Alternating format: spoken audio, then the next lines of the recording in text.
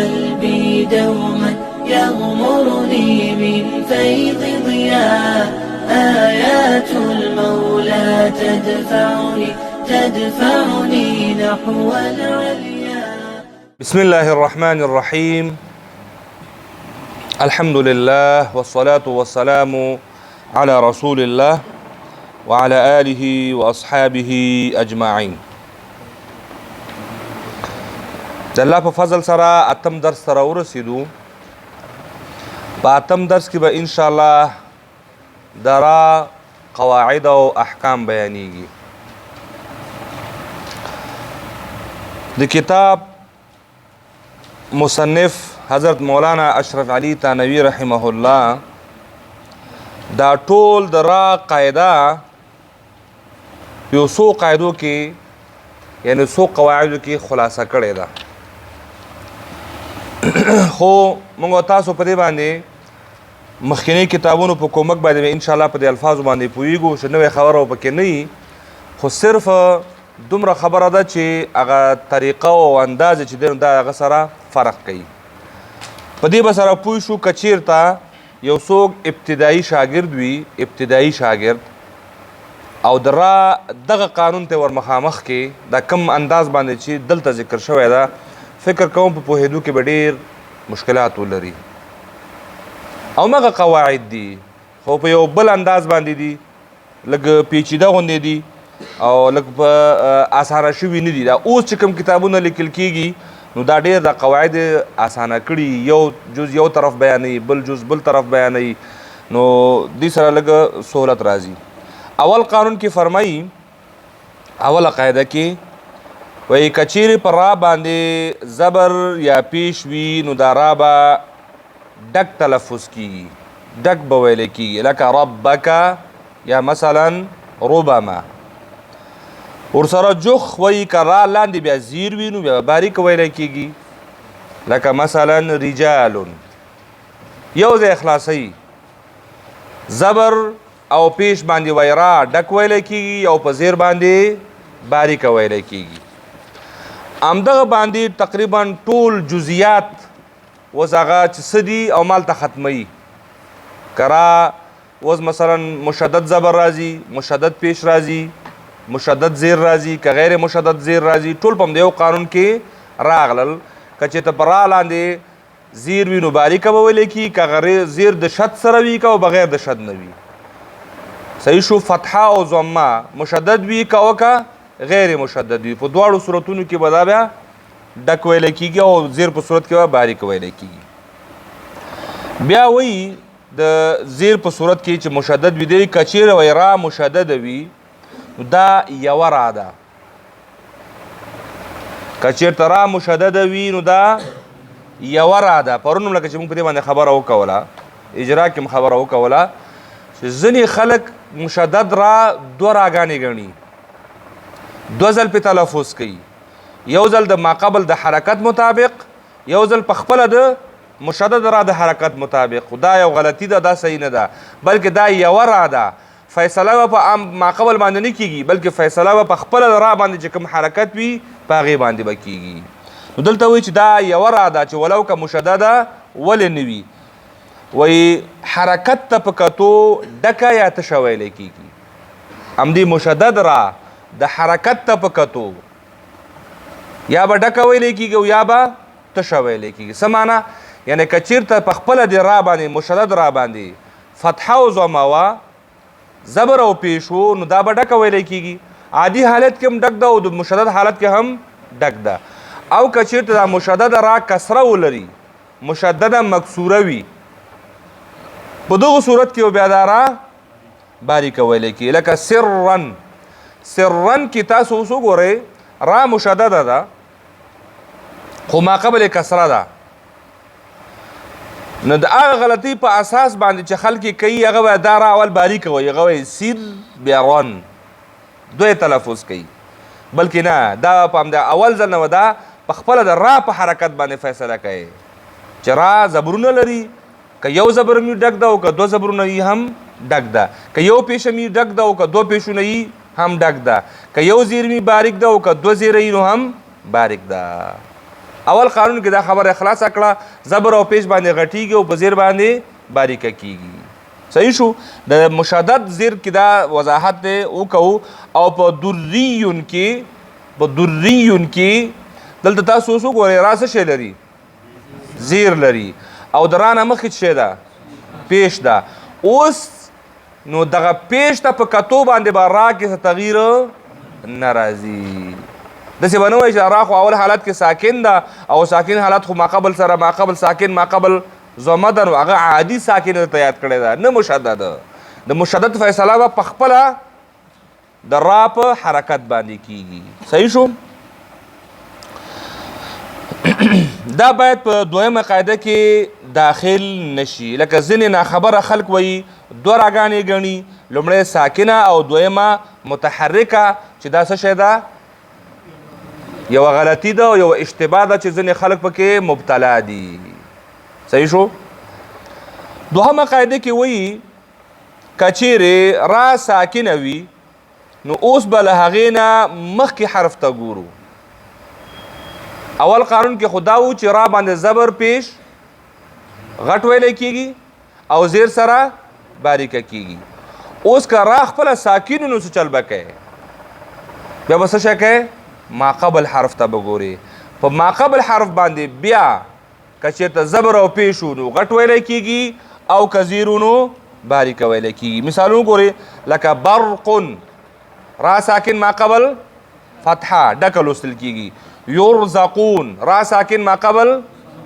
دا هم څنګه ویلی کېږي ډک ویلی کېږي او که چې د را ساکن ماقبل زیرو لکه انذر بیا به باریکه لوستل کېږي خو داسې را د نرمې لوستلو لپاره 3 شرطونه دي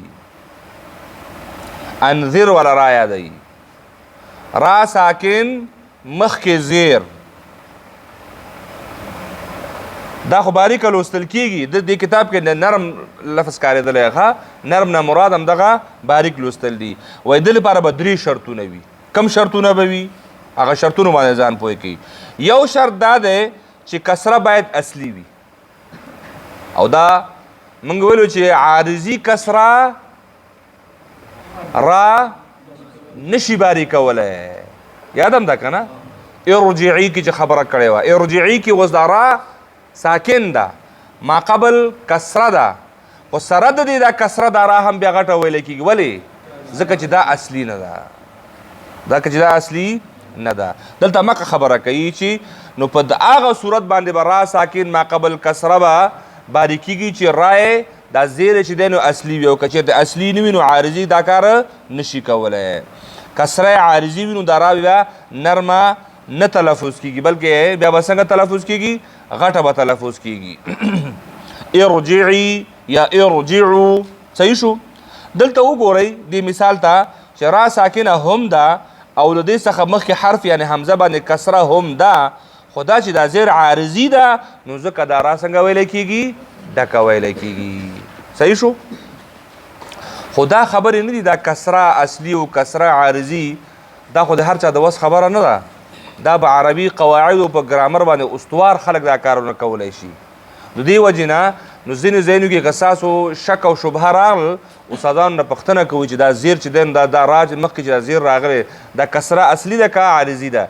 که چېرته اصلي و بیا به مغه شان فیصله وکړي او که عارضي و نو بیا به همغه شان فیصله وکوئ نو د هغې نه بغیر دې باندې عمل کول چې یو شي باندې په ژبه څوک نه پوهېږي په قوانینو څوک نه پوهېږي په قواعدو څوک نه پوهېږي نو هغه کیدای شي همدې ته وګوري چې مخکې ترې نه زیر ده لکه ارجعي کې اکثر خلک دا را باریکه وایي ولې باریکه وایي مخکې ترې نه زیر ده یا رب ارحمهما کې چې هلته کوم هغه هم باریکه وایي ولې وایي مخکې ترې نه زیر ده نو خبر نه دی چې هغه زیر په بل ځای کې ده په بله کلمه کې ده رب ارحمهما کې هلته را اصلي ده کسره خو 2 کلمو کې ده د بلې کلمې ده صحیح شو دا هم موږ تاسو لوستلي وو درېیمه خبره کوي که چیرې کسره او را دواړه په یوه کلمه کې وي که په 2 کلمو کې وي بیا هم دا را نرمه لوستل کېږي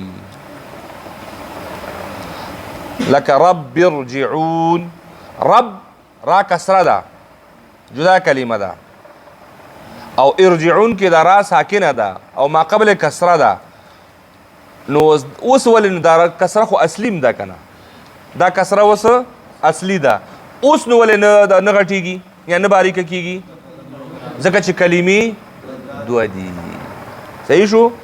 را ساکن هلته موږ داسې ویلي را ساکن ما قبل کسره کسره اصلي مگر کلمې دوه. همغه به انشاءالله ستاسو په ذهن کې ناست دي. دا همغه قانون ده. صحیح شو؟ نو دلته وایي چې کله را ساکن و ما قبل کسره هم و، خو دا کسره به ته وګورې چې کسره اصلي ده، نو اصلي کسره خو را باریکولی شي. دلته ولې نه باریکوي؟ ځکه چې په بله کلمه کې ده. ځکه چې بله کلمه کې ده. دې ته ویل کېږي کسره منفصله. څه شی؟ کسره منفصله، یعنی هغه کسره چې فاصله لري د ټکي سره په کلمه کې ورسره شریک نه ده. د بلې کلمې کسره د بلې کلمې را ځان سره غټولی یا باریکولی نشي، بلکې خپل قانون باندې عمل کېږي چې کوم قانون ورته متوجه ده چې هغه ډک لوستل کېږي. لکه مثلا امرتابو، اصل کې دا ام ارتابو دی. صحیح شو؟ نو دلته دا کسره چې دی نو دا په بله کلمه کې ده. د مخکینی په نسبت د دې شرط پیژندل آسان دی، ځکه چې هر څوک یوه او دوه کلمې پیژني. هغه د کسره اصلي او کسره عارضي نه وایي دا لږ اسانه ده، ځکه ته پوهېږي چې دا یوه کلمه ده او دا بله کلمه ده. د بلې کلمې ځکه اصلي او عارضي خو به معنا په هغه سره پیژندل کېږي، او دا خو کلمې خو هر څوک پیژني چې دا یوه کلمه ده او دا بله کلمه ده. نو دا وایي اسانه ده د هغې په نسبت باندې، چې په بله کلمه کې وه نو د هغې تاثیر په کسره باندې نه غورځېږي. دریم شرط دا دی چې د رانه وروسته به په دې کلمه کې له حروف مستعلیو څخه کوم حرف نه وي راغلی. را ساکن ده، ما قبل کسره ده. متوجه شوي؟ را ساکن ده، ما قبل کسره ده، باید څنګه شي؟ باریکه وویل شي. او کسره اصلیم ده، کلمه یوام ده، ټول شرایط ختم شو کنه. خو ما بعد حروف مستعلیه، که چېرته وروسته تېنه حروف مستعلیه راشي، دغه حروف مستعلیه د وجې نه دا را بیا هم یعنی هغه کسرې ته چې هغې نه مخکې ده یوه کلمه کې ده اصلي ده، هغه ټول د منځه وړي، هغه ټول د منځه وړي، او دا را بیا هم څنګه ویلی کېږي؟ ډک ویلی کېږي. صحیح شو؟ او که چېرې داسې نه وي ما بعد حروف مستعلیه نه وي، نو بیا خو باریکه لوستل کېږي. صحیح شو؟ خو دا ډول حروف چې دی نو دا وایي اووه دانې دي په قرآن مجید کې چې د پنځم درس په پنځم صفت کې ذکر شوي، لکه قرطاس. قرطاس کې تاسو وګورئ، را ساکن ما قبل کسره، کسره اصلي، کلمه هم یوه. اوس باید باریکه وویل شي. خو ما بعد حروف مستعلیه ده، ما بعد حروف مستعلیه ده. نو د طا د وجې نه دا را، ځکه چې طا په کسره باندې څنګه شوله؟ زوروره شوله. صحیح شو؟ نو دا را څنګه ویلی کېږي؟ دا هم ډک لوستل کېږي. لکه ارصاد یا مرصاد. صحیح شو؟ یا فرقه یا لبل مرصاد. په دې ټولو کې را څنګه ویلی کېږي؟ ډک لوستل کېږي. په ټول قرآن کریم کې یوازې همدا څلور الفاظ دي، د دې قاعدې موجود دي، نو ځکه پېژندل هم آسان دي. همدغه څلور ټکي زده کړه او په دې باندې پوهېږئ چې دلته د را نه وروسته اگر که قانون ظاهرا دا ده چې را باید باریکه وویل شي، ځکه را ساکن ده، ما قبل کسره ده، کسره هم اصلي ده، کلمه هم یوه ده، خو ما بعد حروف مستعلیه ده. همدغه د حروف مستعلیه د وجې نه دا را څنګه ویلی کېږي؟ ډک ویلی کېږي. دا په قرآن مجید کې همدغه څلور کلمات دي وایي، او دا زده کوي همدغه څلور کلمات دي، نور پکې نه راځي. د دې په ارتباط باندې یو یادونه کوي، یو نوټ وایي، دی وایي چې دریم شرط مطابق، لا اوس ذکر شو دریم شرط چې ما بعد حروف مستعلیه دي که نه، دا دریم شرط ده. دریم شرط مطابق وایي په لفظ فرقین کې که هم په لفظ فرقین کې هم تفخیم وشي، خو دا چې قاف هم په قاف هم زیر راغلی دی، له دې کبله د ځینې د قراو په نظر باندې په دې کې ترقیق ده، په دې کې ترقیق ده، لہذا دواړه کارونه پکې جایز دي. یعنی هم تفخیم پکې جایز ده او هم ترقیق پکې جایز ده. تفخیم او ترقیق د جایز کېدو علتونه په دغه لفظ کې وایي، دغه لفظ فرقین کې په دې کې وایي را ساکن ده، مخکې زیر ده،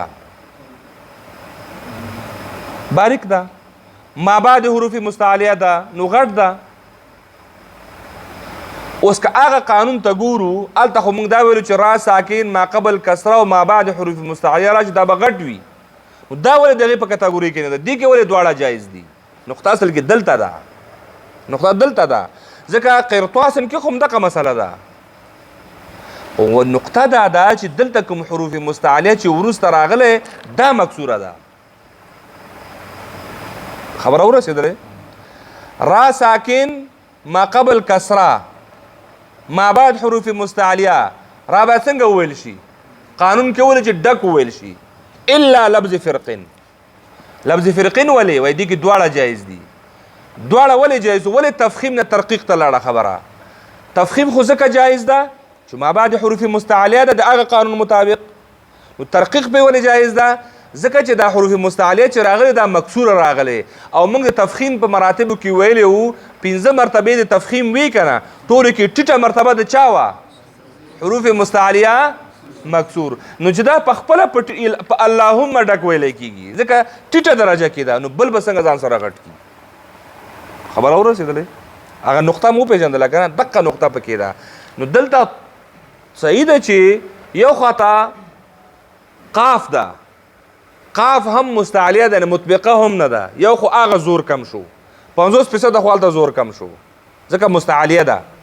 بیا په مستعلیو کې 5 درجې وي د تفخیم، 5 واړو کې ډولو کې آخره درجه پکې د چا وه؟ د کسرې وه. اوله درجه چا وه؟ حروف مستعلیه مفتوح ما بعد الف. حروف مستعلیه مفتوح ما بعد الف نوي، حروف مستعلیه مضموم، حروف مستعلیه ساکن، حروف مستعلیه صحیح شو. نو مکسور په ټولو کې خپله ټولو کې ټیټه درجه ده. نو چې هغه خپله په ټیټه درجه کې ده نو بل به ځانته څه چې ستا خپله بوجه تشه یي که نه، نو بل د بل بوجه به څنګه ډکه کړي؟ خبره ورسېدلې؟ خبره دغه ځای کې ده. نقطه باندې پوه شول انشاءالله. وایي ځینې قرا وایي چې دې کې تفخیم ده او ترقیق ده، خو دواړه جایز دي. د دواړو د جواز دپاره موږ یو لفظ کارولی و، یو اصطلاح وه چې هغې ته ویل کېده خلف. خلف څه شی؟ خلف. خلف معنا ذو حالین، ذو حالین، دو حالتونو والا. څه شي والا؟ د دوو حالتونو والا، دو حالتونو. یعنې دې کې تفخیم هم جایز ده او ترقیق هم جایز ده. دوهمه یادونه کوي په دې شرط کې، همدغه دریم شرط کې خبره کوي چې دا لیکل شوی دی کله داسې را څخه وروسته په دې کلمه کې د حروف مستعلیه څخه کوم حرف راشي نو هغه ډک لوستل کېږي. نو د دې کلمې قید یې ځکه ایښوده، د دغه کلمې قید کېښوده چې که په بله کلمه کې مستعلیه حروف وي هغه به په دې موضوع کې د اعتبار وړ نه وي، نو یعنې هغه ته به نه کتل کېږي. یعنې که چېرته را ساکن وي د هغه نه مخکې کسره وي ما بعد حروف مستعلیه وي را به څنګه ویلی کېږي؟ ډک به ویلی کېږي. لفظ فرقین خو خبره ختمه شو، دې کې خو خلف شو، نور به څنګه ویلی کېږي؟ ډک ویلی کېږي. خو دا شرط پکې دوی وي چې دا حروف مستعلیه چې راځي دا ورسره په یوه کلمه کې وي. که چېرته حروف مستعلیه راغلي وي خو کلمې جدا وي، د جدا کلمې حروف مستعلیه دغه را ځان سره غټولی نشي. لکه دلته مثالونو کې وګورئ انذر قومک، انذر کې را ساکن ده، ما قبل څه شی ده؟ کسره ده، ما بعد څه شی ده؟ حروف مستعلیه ده. د دغه قانون په اساس دا به څنګه شي؟ ډک شي، خو دا نه ډکېږي. ولې؟ ځکه دا ورسره په کلمه کې شریک نه ده. او فرقین خو په کلمه کې شریک و، قرطاس خو په کلمه کې شریک و، دا ورسره مرصاد په کلمه کې شریک و، دا ورسره په انذر جدا کلمه ده او قومک جدا کلمه ده. فاصبر صبرا، فاصبر را ساکن ما قبل کسره ما بعد حروف مستعلیه، خو قانون ته جوړ ده. نو فاصبر صبرا نه، فاصبر باریک ده ځکه باریک ده چې دغه صاد چې باید حروف مستعلیه غټ کړی دا باید د سره په یوه کلمه کوي نو کلمې شریکه نه ده نو د بلې کلمې مستعلیه حرف د را ځان سره غټولی نشي. واضحه شوه انشاءالله. وصلى الله تعالى على خير خلقه محمد وعلى آله وأصحابه أجمعين.